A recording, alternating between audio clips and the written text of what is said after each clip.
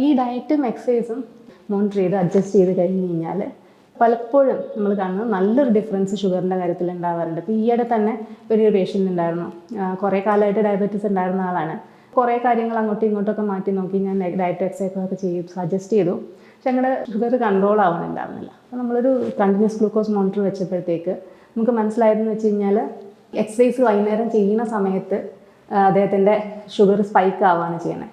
പിന്നെ ഭക്ഷണത്തിലുള്ള കുറച്ച് അഡ്വൈസും കൂടെ വെച്ചിട്ട് അഡ്ജസ്റ്റ് ചെയ്ത് കൊടുത്തു. നിങ്ങളുടെ പർട്ടിക്കുലർ ഇതിനനുസരിച്ച് നിങ്ങളുടെ ഷുഗർ സ്പൈക്ക് ഈ സമയത്താണ് ഉണ്ടാകുന്നത്, അപ്പോൾ ആ സമയത്ത് നമുക്ക് ഭക്ഷണം ഒന്ന് അഡ്ജസ്റ്റ് ചെയ്യാം. അതുപോലെ തന്നെ മെഡിസിനും കുറച്ച് അഡ്ജസ്റ്റ് ചെയ്തപ്പോൾ എന്താ സംഭവിച്ചതെന്ന് വെച്ചാൽ റെഗുലറായിട്ട് ഇൻസുലിൻ എടുത്തുകൊണ്ടിരുന്ന ആളായിരുന്നു. അദ്ദേഹത്തിൻ്റെ ഇൻസുലിൻ്റെ റിക്വയർമെൻറ്റ് തന്നെ കുറഞ്ഞു. അപ്പോൾ ഇതൊന്നും ഞാൻ പറയാൻ ഉദ്ദേശിക്കുന്നതെന്ന് വെച്ച് കഴിഞ്ഞാൽ ഈ എക്സസൈസും ഭക്ഷണക്രമവും കൃത്യമായിട്ട് ചെയ്ത് കഴിഞ്ഞ് കഴിഞ്ഞാൽ നമുക്ക് മരുന്നുകളുടെ അളവ് കുറയ്ക്കാൻ പറ്റും. അത്രയ്ക്ക് എഫക്റ്റീവാണ് ഡയബറ്റീസ് മാനേജ്മെൻറ്റിൻ്റെ കാര്യത്തിൽ ഡയറ്റും എക്സസൈസും.